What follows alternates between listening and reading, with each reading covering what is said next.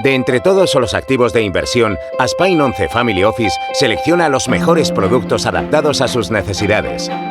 Porque sus metas son las nuestras, conozca las ventajas de un departamento de inversiones fundamentado en el cliente. Pregúntenos.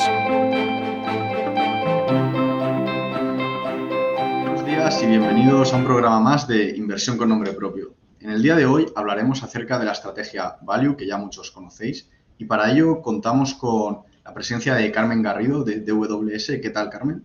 Buenos días y muchas gracias por la invitación. Es un placer estar de nuevo en el programa.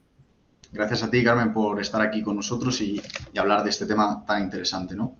Me gustaría empezar, ya que, como siempre hablamos del value, ¿no? Irremediablemente lo hacemos pues en comparación con otra estrategia, ¿no? Que se denomina el growth.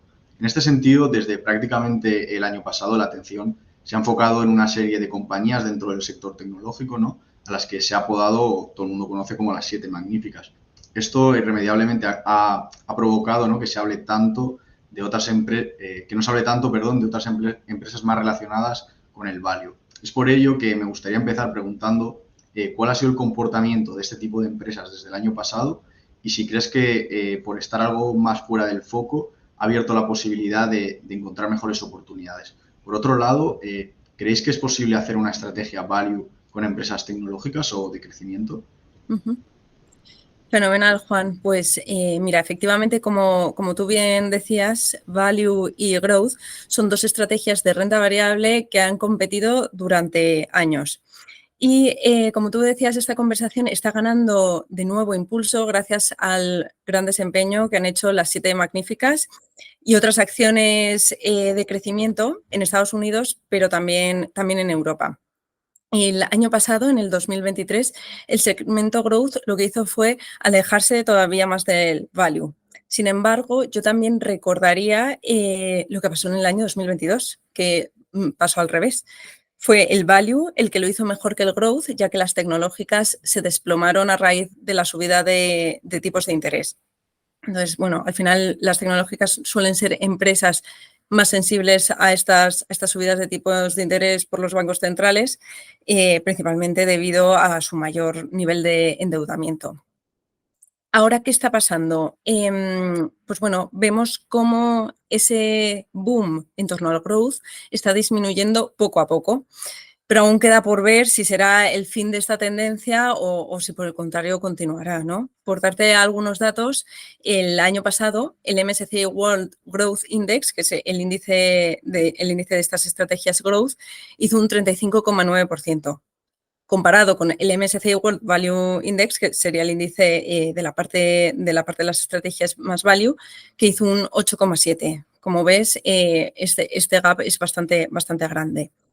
En los últimos tiempos, como te decía, se está haciendo esta tendencia del growth está tranquilizándose, por así decirlo. Me preguntabas si por estar algo más fuera del foco ha abierto más posibilidad de encontrar mejores oportunidades en la parte del value. Y la verdad es que yo pienso que definitivamente, creo que la gente está muy enfocada en la parte de growth y creemos que las valoraciones están súper atractivas. Normalmente se trata de empresas que son de calidad y que ahora se encuentra ya con una baja valoración, demasiado baja desde la perspectiva de mercado, y pensamos que esa brecha debería ir cerrándose. Además, normalmente son empresas que esperan mayores rendimientos de dividendos y mayores oportunidades de rentabilidad a largo plazo. Otra de tus preguntas era la parte de las empresas tecnológicas, si es posible hacer una estrategia value con este tipo de empresas. Y es verdad que la diferencia entre las compañías growth y las compañías value en la teoría está muy clara. Sin embargo, la diferencia a la hora de ponerlo en práctica no es tan clara.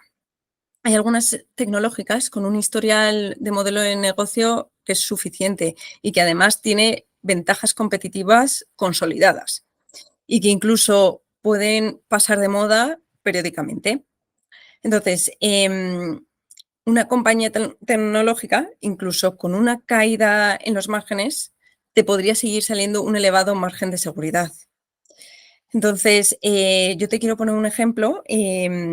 que es nuestro fondo Croqui Sectors Plus. Nuestro fondo Croqui Sectors Plus utiliza la metodología Croqui, que es una metodología que utilizamos para para una gama de fondos que tenemos. Es una filosofía claramente orientada al value. En el Croqui Sectors Plus lo que hacemos es que vamos eligiendo de forma sistemática todos los trimestres los 3 sectores que son más baratos, que tienen valoraciones más atractivas. Entonces, a muchos oyentes yo creo que les sorprenderá saber que la tecnología ha formado parte de estos 3 sectores en varias ocasiones. De hecho, el año pasado vimos cómo la tecnología formaba parte de este fondo.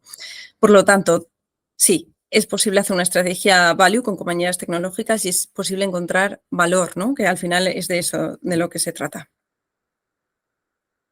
Gracias, Carmen. Como bien decías, ¿no? Después de la caída importante que tuvieron en 2022 algunas tecnológicas, pues podíamos ver muchísimo margen de seguridad en empresas con ya un recorrido muy grande, ¿no? Y esas ventajas competitivas que comentabas, ¿no? Me gustaría ahora pasar, ya que hemos visto cómo en los últimos años se han desatado varios conflictos bélicos, como es el caso de Ucrania y Rusia o Israel y Palestina, además de tensiones geopolíticas en otras zonas geográficas que, como es lógico, han afectado al mercado, ¿no? Teniendo esto en cuenta, ¿no? Que las consecuencias de estos enfrentamientos dentro del mercado energético han sido especialmente importantes, ¿cuáles son los riesgos que enfrentan las empresas de este sector en la situación actual? Efectivamente, el actual conflicto en Israel y el riesgo de una posible escalación ha incrementado la volatilidad en los precios de la energía y en especial en el precio del crudo.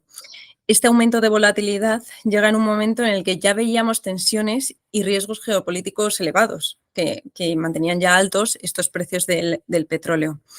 Además, el conflicto ha afectado directamente al tema logístico. Hemos visto disrupciones significativas en las rutas que van a través del Canal de Suez, por todas las amenazas de ataques a los barcos que van a través del Mar Rojo.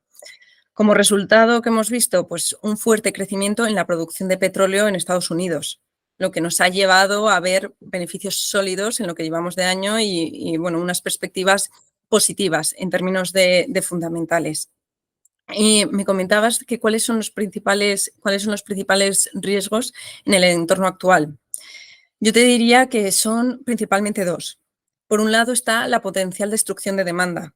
Si los conflictos desestabilizan las economías regionales o causan perturbaciones persistentes en los flujos comerciales, pues esto llevaría a una potencial destrucción de demanda. También, si los precios de las materias primas energéticas son demasiado altos durante un periodo largo, un periodo prolongado, esto también podría causar el potencial de esta destrucción de demanda. ¿Qué otro riesgo vemos? El otro riesgo principal que vemos y que vemos que cada vez van a más son los ataques físicos y cibernéticos, que se hacen normalmente directamente a las empresas y a sus activos. Incluso si no están directamente afiliados a los gobiernos nacionales, esto está ocurriendo. ¿Esto qué hace? Pues está aumentando los riesgos operativos para las empresas de energía y en especial para las aquellas empresas que tienen una presencia global. Gracias, Carmen. Otro de los temas también más recurrentes, ¿no? A día de hoy es la posibilidad de que veamos bajadas de tipos por parte de los bancos centrales antes de final de año. ¿Cómo puede afectar esta política monetaria expansiva a las empresas con un sesgo más value? Yo me remontaría un poco a lo que hemos visto en los últimos años. Llevamos viendo unos tipos de interés inusualmente bajos en los últimos tiempos y esto ha creado un desequilibrio. Con tipos cercanos al cero, ¿qué pasa? Que se vuelve atractivo para los inversores asumir riesgos de renta variable que tienen mayor duración. Y además, esto ha sido impulsado por la crisis del coronavirus, que al final daba un impulso adicional a las compañías más tecnológicas durante el confinamiento. ¿Qué pasó en el año 2022? Que hubo un cambio drástico. La inflación lo que hizo fue repuntar y entonces los bancos centrales se vieron obligados a subir los tipos de interés, con el consiguiente desplome de las empresas tecnológicas. De hecho, el MSCI World Growth se desplomó un casi 30% en 2022 y su contraparte, el MSCI World Value, cayó solo, entre comillas, un 8,5%. Entonces, bueno, como comentábamos antes, las acciones growth son más sensibles a las subidas de tipos de interés, ya que las ganancias futuras se están descontando de la tasa actual y son empresas que tienen un nivel de endeudamiento más alto. ¿Qué pasó en el 2023, el año pasado? Recuperación drástica de las acciones growth, sobre todo impulsado por la inteligencia artificial y estas magníficas 7. Y además, no ayudó tampoco la crisis bancaria regional en Estados Unidos, que afectó directamente a las finanzas.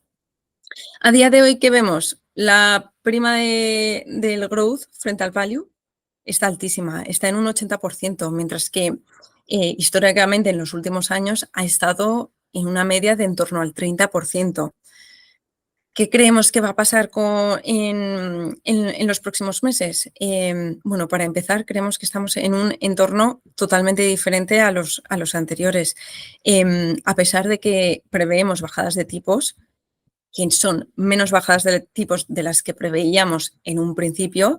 No sé si recuerdas que hasta hace unos meses descontábamos hasta 6 bajadas de tipos y ahora no descontamos más que 2. Entonces, bueno, esto hay que tenerlo en cuenta. Pensamos que esta prima bajará, pero no llegará a esos niveles de 30% que veíamos hace años. El recorte de tipos, ya te digo, un poco menos de lo esperado. Y entonces, lo importante que será fijarnos en los beneficios, que son los que deberían escribir la historia y creemos que es el indicador más importante. Muchas gracias, Carmen. Como bien decías, ¿no? Esas subidas de tipos que vimos en 2022, ¿no? Pues afectaron sobremanera a las empresas tecnológicas, como bien decías. Entrando ya en lo que es más la selección de compañías, y más allá del precio, ¿no? Que lógicamente todas las estrategias tienen en cuenta, ¿qué criterios deben cumplir para entrar en la cartera, para entrar en una cartera, que siga una estrategia value? ¿Dónde estáis encontrando más oportunidades en el contexto actual? Pues efectivamente el precio es el principal criterio para definir a las empresas value, ¿no? Pero al final todo el mundo trata de invertir en empresas value, ¿no? Tú no inviertes en una empresa que no crees que puede llegar a tener un precio más alto, ¿no? Entonces, estas empresas que tienen generalmente un ratio precio-valor contable muy bajo y un PER a 12 meses también bajo. Sin embargo, no es en lo único en lo que nos fijamos. Hay otros criterios, ¿no? que también tienen influencia en este tipo de compañías, como puede ser un alto rendimiento por dividendos. Los dividendos es otro criterio a seguir en este tipo de compañías value. Además, las compañías value suelen ser compañías maduras, establecidas desde hace tiempo dentro del mercado y normalmente altamente cíclicas. Tienen balances sólidos y no están tan endeudadas como las empresas más growth. Entonces, las compañías value, ¿dónde se encuentran? Pues normalmente las encontramos en el sector financiero, en el sector sanitario, industrial y, por supuesto, en la parte de energía. Como te comentaba antes, ¿puede una empresa tecnológica formar parte de estas compañías más value? Sin duda, sin duda. Al final lo que quieres son compañías que tengan esos balances sólidos y que bueno, dentro del mercado tengan un poco de que sean un poco cíclicas. ¿Dónde vemos las oportunidades para los próximos meses? Sin duda nos gustan los dividendos. Ofrecen un flujo de ingresos que es estable, sobre todo en un mercado que sea volátil, lo que puede proporcionar cierta tranquilidad a inversores. Además, al tratarse de empresas maduras, estables, te dan cierta seguridad en momentos de incertidumbre. Dentro de los dividendos, ¿dónde vemos más oportunidades? Por un lado, tenemos las financieras, que creemos que a día de hoy están infravaloradas. Y por otro lado, tenemos el sector salud, que pensamos que a largo plazo y en especial la parte de farma no la está mirando nadie. Te pongo un ejemplo que nosotros ofrecemos a nuestros inversores para poder beneficiarse de este tipo de compañías, que sería nuestro fondo DWS Invest Top Dividend. Creemos que sería una muy buena opción para invertir en compañías con dividendos atractivos y no solo atractivos, sino sostenibles en el tiempo. Es un fondo europeo de dividendos. Bueno, el fondo es global, pero en Europa es el más grande por volumen. Es un fondo que al final lo tienes de armario y que sobre todo destaca cuando el mercado no va tan bien. Desde 2003, su lanzamiento tiene una distribución media del 3,3% anual. Es decir, tiene una distribución muy atractiva y ya te digo, muy estable en el tiempo. Entonces, yo animaría a los inversores a crear una cartera equilibrada en la que los estilos, tanto growth como value, aporten diversificación a la cartera. Nosotros encontramos un buen argumento para ambos estilos de inversión, porque al final las empresas más growth lo que están haciendo es beneficiarse de ese cambio que estamos viendo a nivel global. Entonces, pensamos que hay buenos argumentos para ambas estrategias y pensamos que la diversificación es la clave. Gracias, Carmen. En definitiva, ¿no? Al ser las empresas con un sesgo más value, pues empresas más maduras, ¿no? que las grow, pues lógicamente van a repartir dividendos o van a tener una mayor rentabilidad por dividendos, que eso da cierta seguridad a los inversores, ¿no? Por último, Carmen, agradecerte que hayas estado hoy con nosotros, que nos hayas hablado del value y desear que vuelvas pronto. Fenomenal. Muchísimas gracias, Juan. Ha sido un placer. Igualmente. Hasta luego. Hasta luego.